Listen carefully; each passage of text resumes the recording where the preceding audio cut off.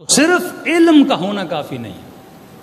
آپ میں سے کسی کے 40 کسی کے 50 سال گزر گئے، اتنی مجلسوں سے آپ نے علم لیا، اتنی خواتین مجلسوں میں بارہا سنتی ہیں حجاب کے بارے میں، جوان غیرت کے بارے میں، حیا کے بارے میں. اس سے امام راضی ہوتے ہیں، اس سے امام ناراض ہوتے ہیں، لیکن میں عمل نہیں کرتا. علم میں جب تک عمل نہ ہو، یہ بھی معرفت النفس ہے. اس کی ضرورت کو جب نہیں سمجھو گے تم عمل نہیں کرو گے. قرآن کا واقعہ پڑھیے، سامری عالم ہے اور اتنا بڑا عالم کہ جب حضرت عیسیٰ واپس آتے فرماتا ہے سامری تم نے میری قوم کو گمراہ کیسے کیا؟ تو کہتا ہے حضرت موسیٰ جب یہ دریا 2 حصوں میں بدل گیا تو میں نے دیکھا کہ جبرائیل آئے ہیں اور گھوڑے پر سوار ہیں. یعنی اتنا بڑا عالم ہے کہ اس کی آنکھیں جبرائیل کو دیکھ رہی ہیں، اتنا بڑا عالم ہے کہ ملائکۃ اللہ کی سے زیارت ہو رہی ہے.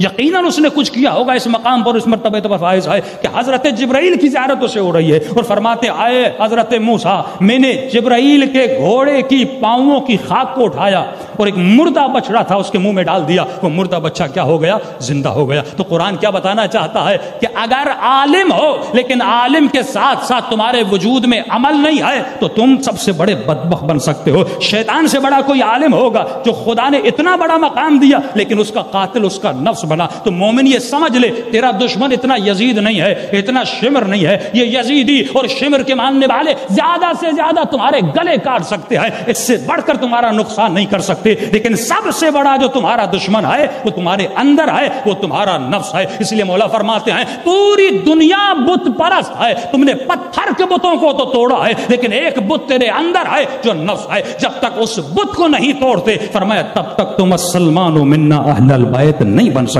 صلوات پڑھے محمد و آل محمد.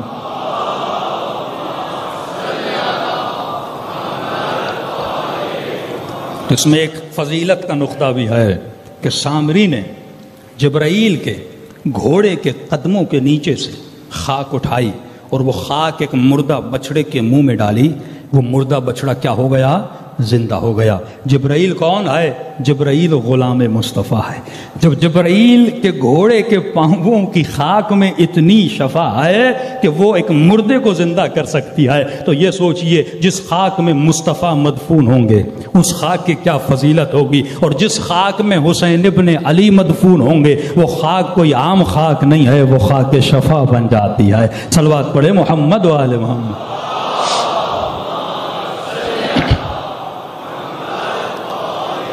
محمد وعجل فرجہم. تو معرفت النفس، اپنے نفس کی معرفت سے معرفت امام تک آپ پہنچتے ہیں.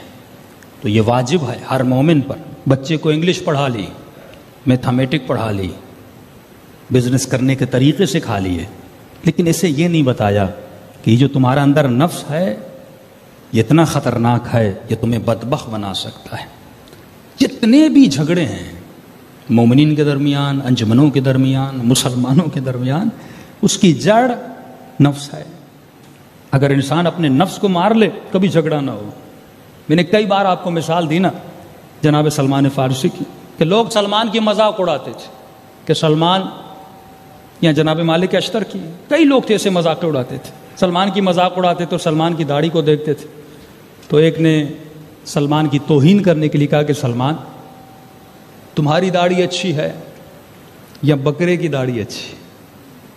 اگر سلمان کے وجود میں معرفت النفس کا علم نہ ہوتا تو سلمان وہی جواب دیتے جو ہم لوگ دیتے ہیں. لیکن یہ علی کا چاہنے والا، علی کا ماننے والا، بڑے دھیمے سے انداز میں سلمان نے کہا کہ اے میرے مسلمان بھائی، اگر قیامت کے دن سلمان جہنم کی طرف گیا تو یقیناً اس بکرے کی داڑھی اچھی ہے کیونکہ اس نے اللہ کی مخالفت نہیں کی لیکن میں نے مخالفت کی. لیکن اگر قیامت کے دن سلمان جنتی بنا تو سلمان کی داڑھی تمہارے وجود سے بھی بہتر ہے. اصل کمال اور فضیلت معرفت النفس میں ہے، اطاعت پروردگار میں ہے. تو انسان کو جاننا ہے یہ نفس مجھے گمراہ کیسے کرتا ہے. تو سب سے برائی جو نفس کی ہے جو انسان کو سمجھنا ہے، آج معاشرہ ریاکاری میں مبتلا ہے. اس ریاکاری سے بچیے. اپنے گھروں کے سامان کو دیکھیے کہ مومن کہتا ہے مولانا جب رسول خدا ایسے مومن کے گھر میں نہیں جا رہے جس نے ایسی چیزیں رکھی ہوئی ہیں صرف لوگوں کو خوش کرنے کے لیے، تو اس گھر میں رسول خدا نہیں جاتے. تو یہ سوچیے امام زمانہ ہمارے گھروں میں کیسے آئیں گے جب ہمارے گھروں میں کچھ ایسی چیزیں ہوں جن کی گھر میں ضرورت نہیں ہے, ہم نے صرف زینت بنانے کے لیے, لوگوں کو خوش کرنے کے لیے گھروں میں رکھی ہوئی ہیں. صلوات پڑھے محمد و آل محمد.